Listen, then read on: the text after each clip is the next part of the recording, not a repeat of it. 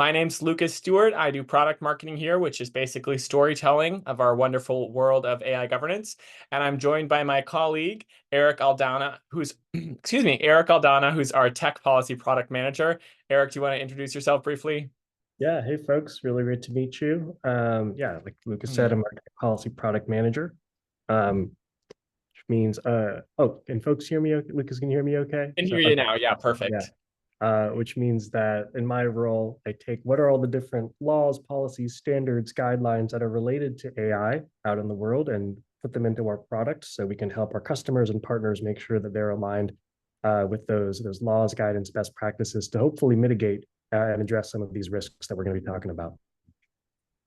Perfect. I hope it makes sense to the audience why you are here. And there are so many of those aforementioned standards, policies popping up that, in our Credo AI webinars, we try to surface kind of the latest state of AI governance as well. So our outline today, it'll be part one and then part two. I'm going to introduce us to this concept of enterprise AI risk management and covers all of that. And then Eric will really, take us to where the kind of like rubber meets the road in enterprise AI risk management and practice with examples and solutions and some real world examples of pitfalls of unmitigated AI, which I think a lot of which we're probably aware of. So let's get started. So part one, introduction to enterprise AI risk management. First of all, I wanted to just introduce a little bit our background. At Credo AI, we're on a mission to ensure that AI is always in service of humanity. Our AI governance software platform enables companies to procure, develop, and use AI responsibly, AI that is compliant, safe, secure, fair, and human-centered. So we've been really tracking this, AI kind of Cambrian explosion for a while now. And centrally, we do this in a software platform, which is a command center for AI governance, risk management, and compliance. Now, today's webinar is about risk management, specifically the enterprise AI risks and how to manage and mitigate them. And we've been fortunate enough really recently to be honored with this awesome Fast Company accolade of fourth most innovative AI company in the world. So as a product marketer, I was really excited about this award this year. And specifically, they really homed in on our risk management. And so that's a great report if you want to read it. This isn't so much a Credo pitch or demo as it is covering kind of the categorization of enterprise AI risk. So if you're interested in our platform or getting to know us a little more, we've got some contact info at the end of this webinar. But now let's dive into the enterprise AI risk management. So this is really my personal aside. What we're not talking about today is the existential risk from artificial general intelligence. This is the top of mind conversation in the public domain for a lot of regulators. The kind of like macro risks that AI poses to society, the economy, humanity are part of the reason that so much compliance and new standards are passing and progressing so swiftly. We know there are really big existential risks of AI, also known as long-term extreme risks of AI. Also, this is not really a synonym, but superintelligence or artificial general intelligence are things that don't yet exist, and that a lot of the public and figureheads in AI are kind of fixated on, as they should be. But today, in our platform, the dollars and cents realities of the AI risks that negatively impact businesses every single day, we're calling enterprise AI risks. So these are the unintentional damages from AI to a company's customers, employees, and the public, and ultimately your bottom line. Damages can include operational harm, reputational harm, regulatory fines, negative impact to revenue, or especially with the sales of AI products or AI models, especially between businesses, and then the sunk costs in AI from projects having to be scrapped or models having to be disgorged. And these damages will highlight again later on in the webinar once we've actually introduced some of the risks to make them a little more real. But today we are really concerned with, and I don't mind my kind of cheekiness here, but governance of artificial intelligence, not superintelligence. Oh, a quick admin thing is if you have questions, we do have a Q&A at the end for about 10 minutes, but you can submit your questions at any point with the Zoom functionality Q&A right alongside the chat. So who is responsible for AI risk management, right? These like daily dollars and cents AI risks of AI we're going to get into. We really believe there should be one person or a small team, the AI governance lead or team who unites AI stakeholders for AI oversight, approvals, inventory, compliance, and reporting. These are all essential functions of mitigating AI risk. And while we won't get into like a full platform demo today, you can think of AI enterprise AI risk management as being the purview of the AI governance team. However, of course, they need to incorporate whether it's uploading evidence or just getting approval or making them aware, privacy, executive, risk teams, legal and compliance, security teams, and engineering and AI teams are all really, have central roles to play in enterprise AI risk management, specifically when it comes to applying the risk mitigating controls to AI systems. And so we really advocate for this AI governance lead. But what you're seeing, and Eric can touch more on this, but in the emergence of AI laws, state-specific AI laws, international AI regulation like the EU AI Act, or one of the most respected standard-setting bodies, the ISO. Eric, what does ISO stand for? For my own Funny, knowledge. the Organization of International Standards. International Standards Organization. There we go. Thanks so much. I know you've always got it top of mind. But, these texts are calling for either appointing an individual like an AI governance lead or having this oversight system in, so many words like provide evidence you've identified and analyzed the known and the reasonably foreseeable risks that the high-risk AI system can pose. Your, AI governance and AI risk management is becoming a requirement. And so we read all of these texts. No, Eric reads all of these texts, so you don't have to, because we surface a lot of this text in our product. So, we've got our dollars and cents daily enterprise AI risks. We've, articulated who we think is responsible for managing and mitigating them. And then this whole process is becoming a requirement. But what is the real reason we should mitigate AI risk as enterprises? It's because of what we call AI pitfalls. So unmitigated enterprise AI risks results in often public pitfalls.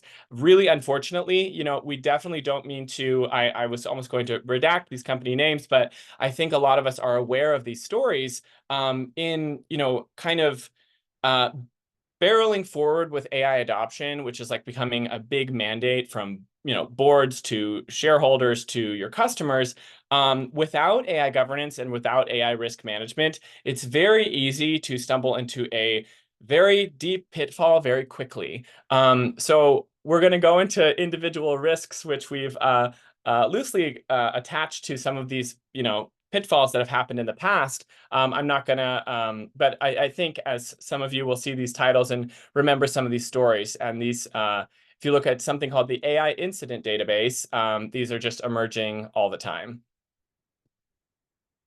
So with that, I'm going to hand it over to Eric to really talk about some of the stuff in practice concretely and how Credo AI has been fortunate enough to help pioneer some of the AI risk categorization.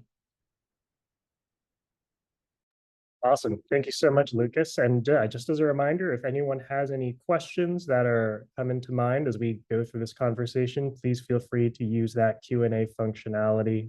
We might be able to answer some live, but certainly at the very end, we're going to have time for those questions.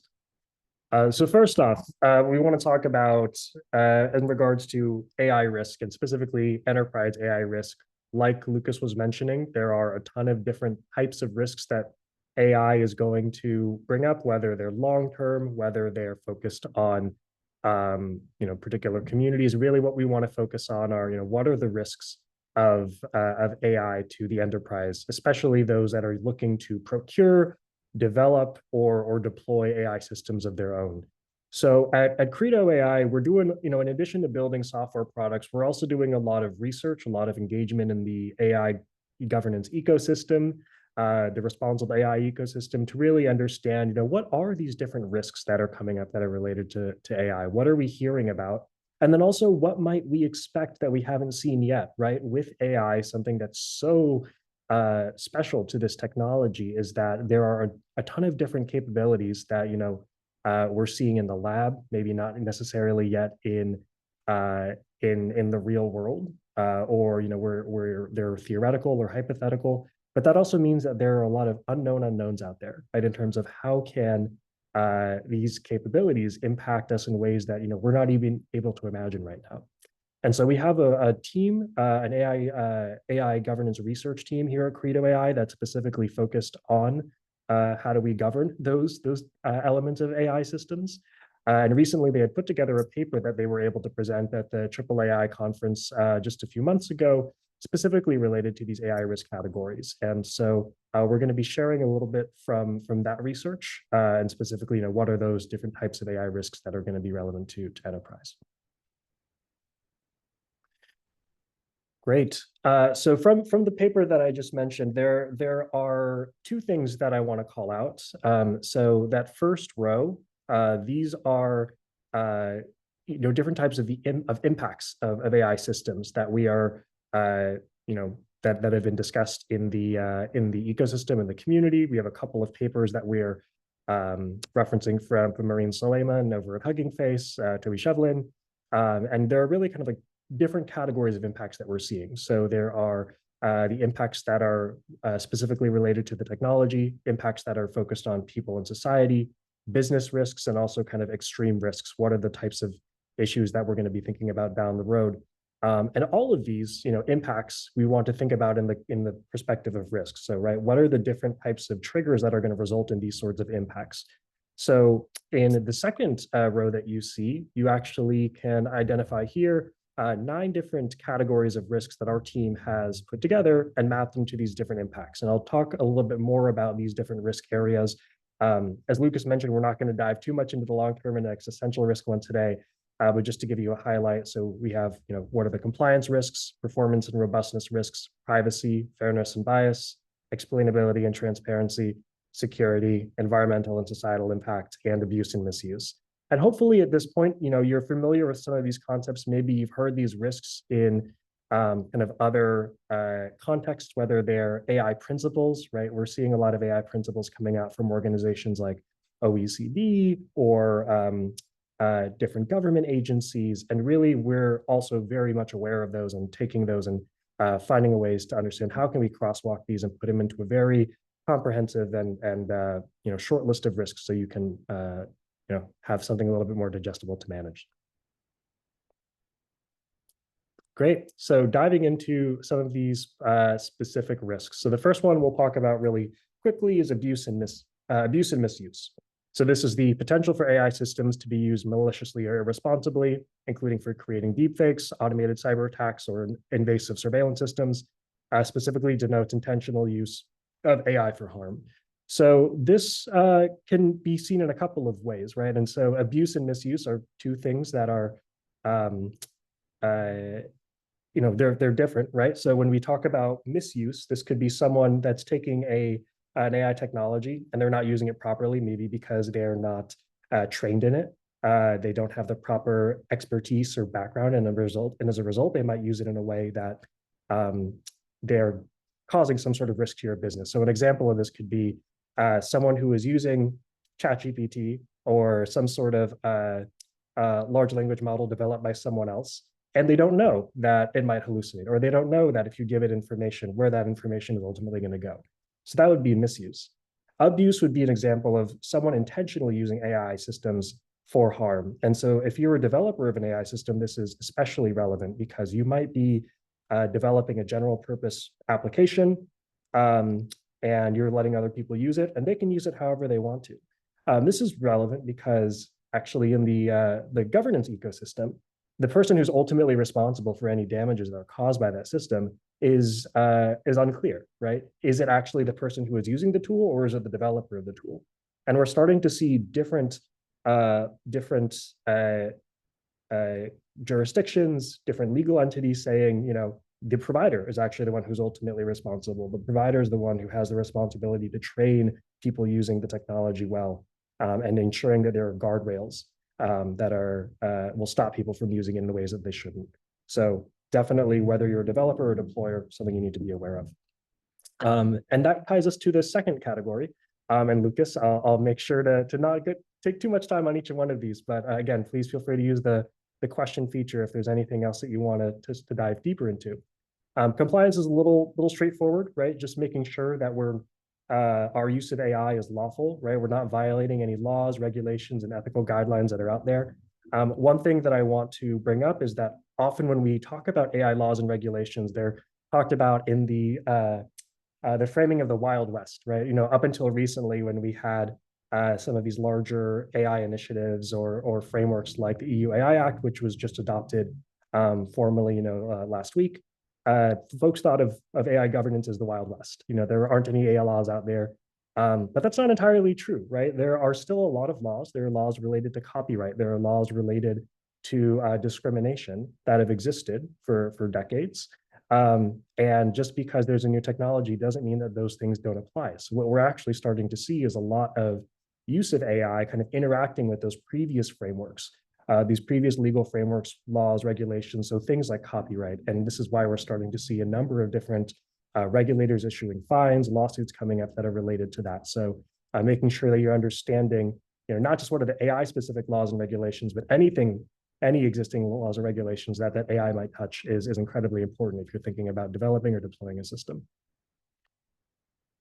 Great. Next up, environmental and societal impact. So yeah, this one is definitely something you're probably going to hear the most about when it comes to what's popping up in news headlines, what regulators are really concerned about, because it is focused on just how is this technology impacting more than just the customers or the people making the tools, but the broader world as well, right? If you have technology that is as capable and as powerful as AI can be, definitely the total possible footprint of things it can be impacting is also expanded as well. So we're seeing different, lawmakers, regulators, citizen watch groups really kind of interrogating how is AI impacting things like mental health? How is it impacting things like the environment? We're seeing in a lot of laws, regulations, specifically, what is the strain of the use of AI systems, all of the compute that's going into training and operating these models, how is that impacting the environment? And actually, in the ISO standards, in the EU AI Act, we're seeing different components for high-risk systems, especially to indicate, what is that environmental impact? What is that environmental risk that is related to the system? Explainability and transparency. So this is relating to just making sure that you can actually understand what your system is doing and why it's making the decisions that it is. And if you're not able to provide an explanation of why your system is doing what it does, then what are the types of things that you're opening yourself up to? For example, there are many laws or regulations related to things like applying for a loan, right? Where you actually, if you have a system that is looking at different loan applications and is making rejections, possible rejections, adverse actions, or what this is termed legally. In many states and in the US, for example, you're actually required to provide a reason why that rejection occurred. If you're using an AI system that's not able to make that discussion, right, you might be in violation of a particular law. But also, kind of in a broader sense, you're also just developing a system that is harder to trust. And definitely if you are using or building an AI system, especially one that's going to be impacting customers or that you're trying to sell to customers, you want to make sure that you have their trust. They're able to, you're able to say why, you trust your system and why it's making the decisions that it's making. Great. Fairness and bias. This is something I've touched on a little bit. So hopefully when you'll start to see just through this conversation as well that a lot of these risks are interconnected with one another. Fairness and bias, illegal discrimination, right? These are things that are in the legal sphere. They have been for quite some time. And again, just because we're using AI technologies doesn't mean that they don't apply anymore. And really, there are all sorts of opportunities for bias to creep into AI systems, whether it's because of the data set they are using to train the model, right? The data set that you are using to test the model. And actually, are there elements of the models themselves, regardless of data that actually resulted in biasing certain groups? And so not just because, this isn't something you should also just do because, we want to make sure that things are legal. We're not going to be breaking any potential laws, but also just the general performance of your model is going to be better, right? If it's actually accurately understanding, the world and making decisions, carrying out tasks based off of that. So also related to that is performance and robustness, right? Just making sure that the system that you're using is actually able to do what it's intended to do. And you're not just kind of taking it for granted because it is an AI system, because it's technology, because it's automated, it's always going to be right. How are you actually knowing that your system is performant, it's robust, it's able to adapt and change based off of changing dynamics in the real world and the data set that it's going to be trained and tested on? And what are the different things that can result from that? Where Lucas shows here some examples of AI systems that when they're no longer performant, there's going to be some poor decisions that are made, and definitely those are things you want to avoid. And then finally, the last two, we have privacy and security, also very tied. Also something I want to call out, areas that have been well trod already, especially in the governance, risk, and compliance world, right? A lot of organizations have, a dedicated privacy team, a dedicated security team, and we want to make sure that, we are incorporating those as part of AI governance and responsible AI. But these are also things that we want to identify are separate, and AI is separate from these. We see a lot of teams and organizations that will treat AI governance as part of privacy or as part of security, but hopefully by seeing this, you're able to see AI encompasses more than just these, and these encompass more than just AI, right? So one thing I want to call out there, and when we talk about the product a little bit, we can share about how we're thinking about covering privacy and security risks, especially when a lot of organizations already have their systems and teams for dealing with these. But yeah, privacy brings up a lot of brand new challenges, especially when it comes to generative AI, interaction with chatbots, large language models, because there are more opportunities to engage with third-party systems. There are a lot more opportunities for folks to provide information to those systems. So whether you're using a code generation tool like Copilot, and you are providing source code from your database to kind of help debug or check over code, do you know where that information is ultimately going? What are the types of licenses or terms of use or service agreements that you have with the vendors that you're buying your AI systems from? Something to keep in mind. And then security as well. This is something that there are brand new types of security threats if you are using or deploying AI systems. MITRE, which is one of the top organizations that have been thinking about cybersecurity for a number of years. They recently put out their MITRE Atlas framework, which is specifically focused on what are the brand new types of threat vectors that are related to AI systems. So now that if you have a chatbot that you're powering, what are all of the different ways that people can interact with that chatbot that might compromise the security of your organization? Lots of brand new stuff out there that you want to make sure that you're covering. Great. And yeah, as we alluded to before, there are various, these are the risks, the kind of areas and types of risk scenarios that you want to keep in mind. These ultimately result in impacts, right? So what are when you're actually deciding whether or not you want to accept a risk, what are the costs that you are thinking about? So, first off, operational harm. This kind of cuts both ways, right? If you are there's a type of organization that we see that is like, all right, here are all of these different AI risks. It's really scary. It's going to take us a lot of time to make sure that we govern them.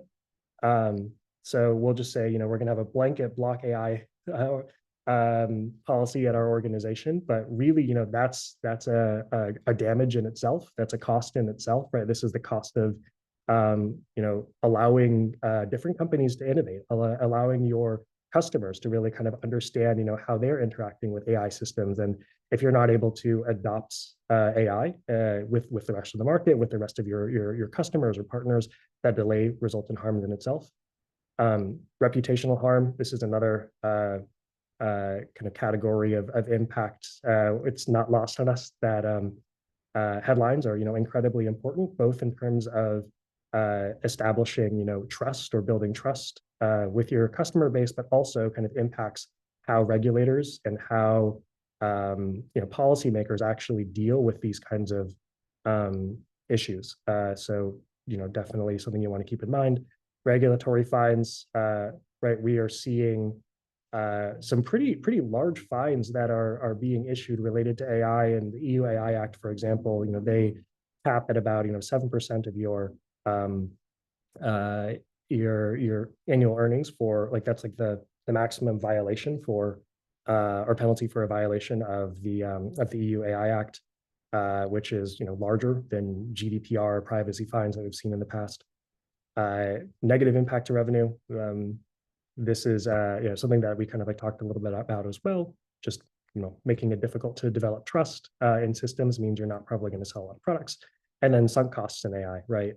We do know that there are a lot of organizations that are spending a lot of money into AI systems, and one thing that we see often is that we'll have organizations not think about risks until the very end of their process, right? So they go through the ideation, design, development phase of building out their AI systems, and right when they're about to deploy, they think about AI risks and realize, oh shoot, this is too risky to deploy. But hopefully, if they're integrating an AI governance and risk management process throughout the system, they're able to catch that, early on, saving them time and all of those development resources that went into the first few stages of building out and deploying an AI system. Great. So as Lucas said, this isn't meant to be a product demo or really kind of a product focused webinar. Definitely, if you're interested in the product, we'd love to chat more with you. So please feel free to reach out on our website, and we'll answer questions as I've been saying. But wanted to just give you a sense of, we have all of these risks that we've outlined. What are we doing to help with that, right? What are we doing to help companies and y'all kind of manage this world? And so, as Luke's mentioned, Credo AI, we've built an AI governance platform. Really, it's the control center for different aspects of AI governance, risk management, and compliance. So when we think about what does AI governance even mean, really a big part of this is understanding, what is your AI governance workflow? What are the different steps that you need to take to ensure that you're actually accounting for all of your different risks, all of your different compliance requirements, and mitigating them appropriately. So we have this kind of 7-step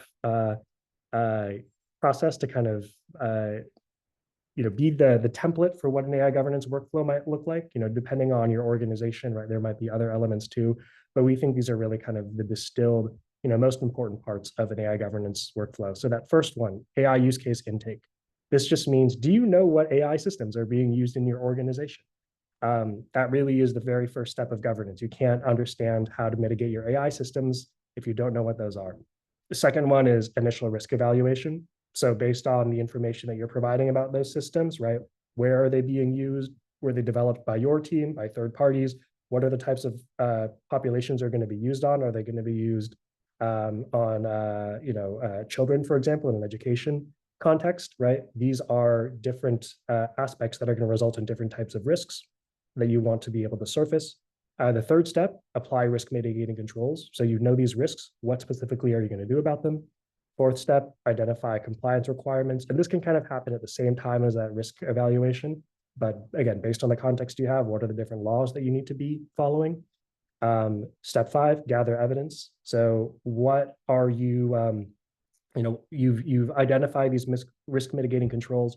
What are the actions that you're taking to mitigate them? What are the sorts of evaluations you're doing on your systems for things like performance, things like bias, and tracking all of that information? So if someone were to say, hey, have you tested your system for this? You can say, yes, we have, and show them exactly why you feel trustworthy and you feel trust in the deployment of your system. Step 6, generate reports and dashboards. I kind of talked a little bit about that, but right, being able to provide information about your system to anyone who's asking for it, whether it's a regulator, a customer, or an internal stakeholder. And then finally, conducting ongoing audits and monitoring. So once your system is out there in the world, right, it's going to be updating. Like AI ML systems that we have today, they're always getting new data, they're always updating. And also, as the policy ecosystem changes, or the AI ecosystem overall changes, right? New laws are going to come out, new standards are going to come out. You want to make sure that you're applying those new changes to your system and identifying and mitigating any risks that come up as a result of that. Great.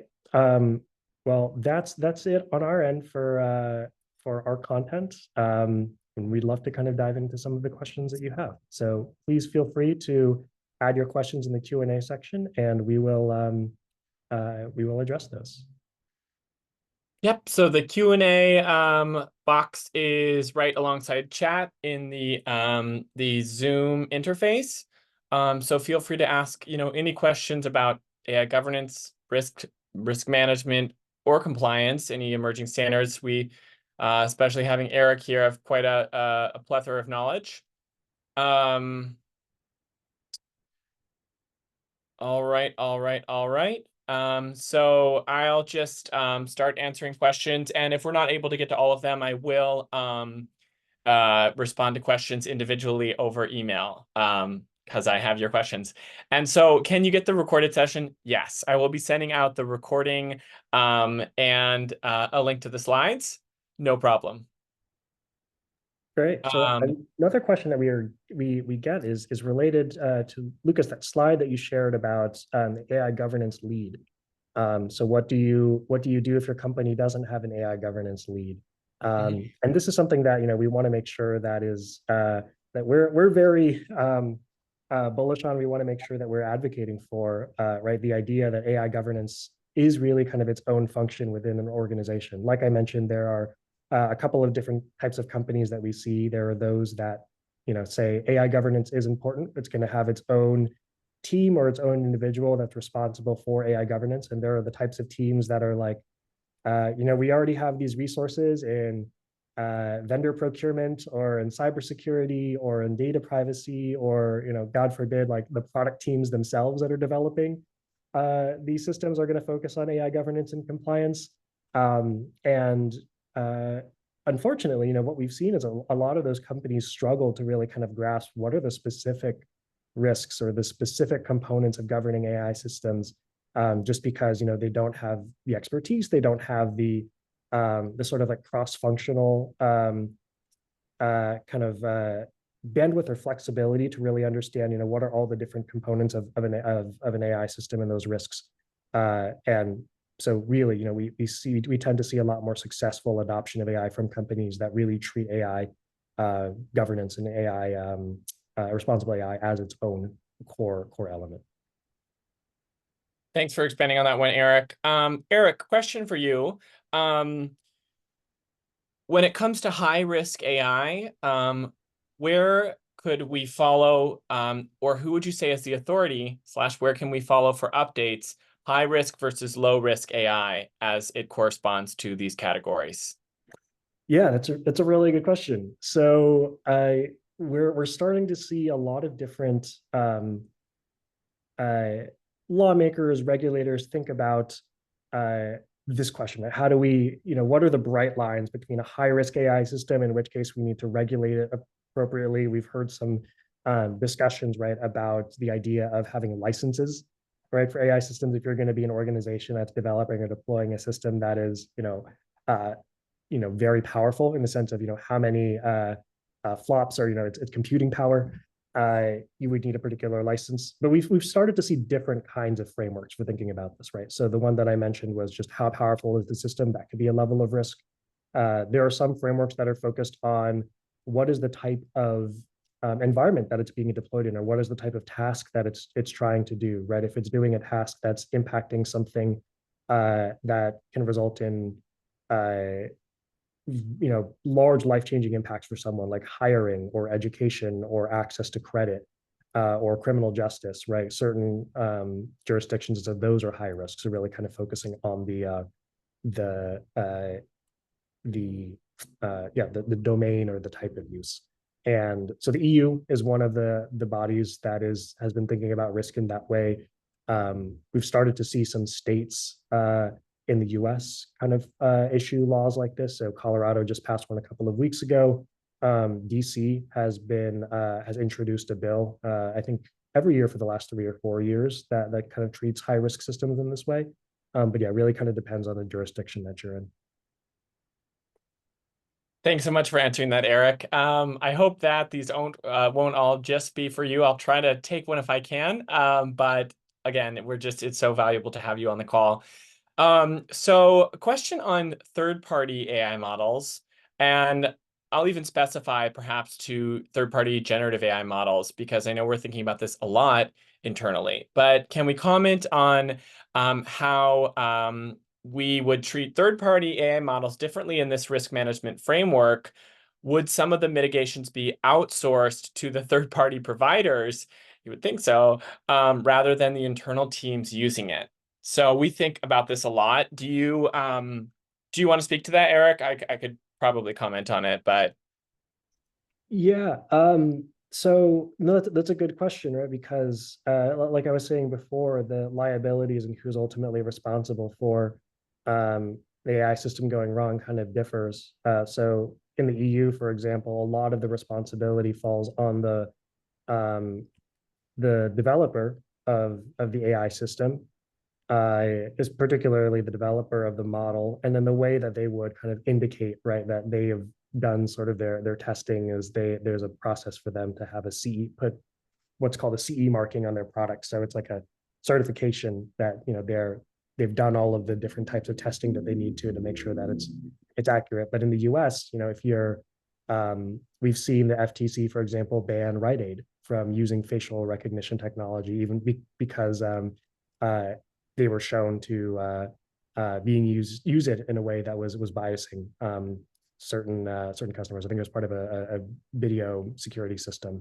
So even though they didn't develop that tool, like they ultimately were the ones who were slapped with the penalty for using it in a way that it shouldn't have been used. yep. But it's challenging to get a lot of the information that you need from these third-party AI models, right? Usually, they make some information public, but they're not going to make all of their information public about things like testing, things like where the data is coming from. And so even if you are going through a procurement process and asking them for this information, it can be difficult. But also just kind of like knowing what questions to even ask them is an incredible part of the challenge as well. And so on our platform, for example, we actually do have sample questionnaires, sample intake forms that you can use to ask third-party vendors.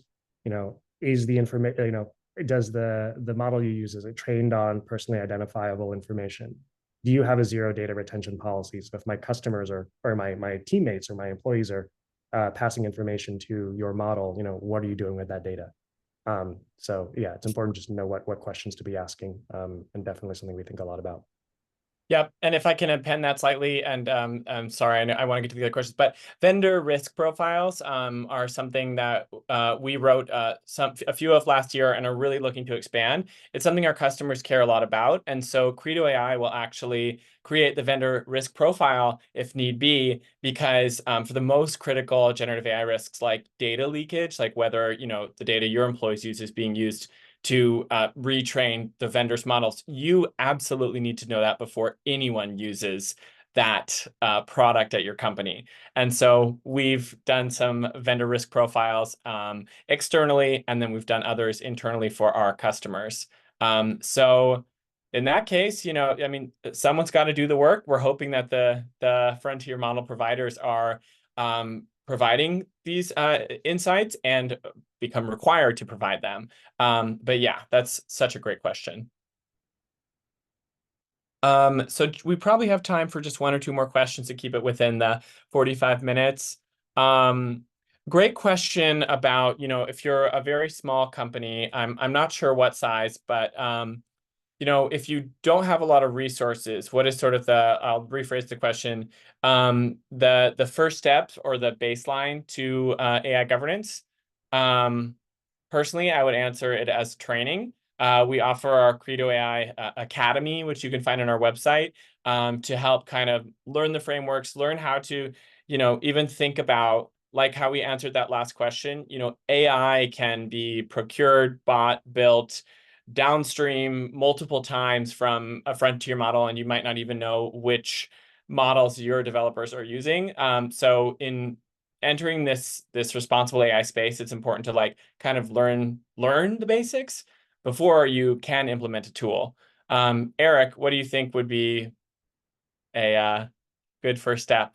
Yeah, it's a good first step, and kind of looping in one of the other questions that we're seeing about kind of what expertise is needed on the part of an AI governance lead.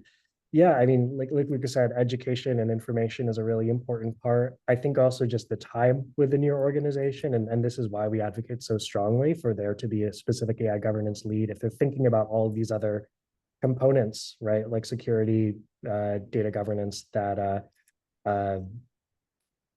just on their own, right? They're not having the time to think about what are the new risks that are coming out, what are the new types of AI systems that are coming out. Large language models was all the rage last year. This year, we're thinking about multimodal models, right? And what are the models that are able to um, uh, deal with a number of different modalities like vision and text and speech and audio all at the same time. So I mean, the first step, right, is like we said, is just being able to know what your different AI systems are. And that can just be as simple as, having, a form or a process, right, for your employees if they want to use AI systems, um, just to track that somewhere in one place. And that really is kind of like the heart of our product. We have all of the biggest part of our product is the AI registry, right? Which is, how do you register and keep all of your systems in one place and kind of manage the different managing the different components of risks, et cetera, are kind of like building on that initial registry. But even if you just need to do that with like a list that you're keeping, that you have someone who's responsible for managing what are all the different AI systems in a company, that's always a great first step. Thanks so much, Eric. So I think we maybe have time for one short question. I'll just quickly answer it. In terms of the sample vendor questions, you can find our vendor risk profiles on our website at credo.ai/AI-vendor-directory. And we're looking to expand that further. In terms of the sample questions we provide to our customers, Eric, would that have to be internal in the product? Yeah, so those would be an example of a policy pack or a questionnaire. So these are things in our product that here are the list of the different controls or questions that you might want to adopt as part of an AI system. But definitely check our blog. We post a lot of information about different laws, regulations, guidelines, lists like the one in this webinar that hopefully should give you a sense of what sorts of things you should be paying attention to. But definitely, yeah, if you're interested in learning more, attending one of our academy offerings or setting up some time to talk about the product is probably an awesome next step. So Cool. Well, I think we're out of time for questions. I'll respond to the others directly over email, and you all can expect the recording tomorrow in the AM Eastern Standard Time after it's finished processing. But thanks so much for joining us for today's webinar. Hope you learned something about enterprise AI risk, and thank you so much, Eric, for collaborating on it and for your insights. thank you, Lucas, and thanks everyone for your great questions. All right, All have a right. nice day. Have a great weekend, everyone.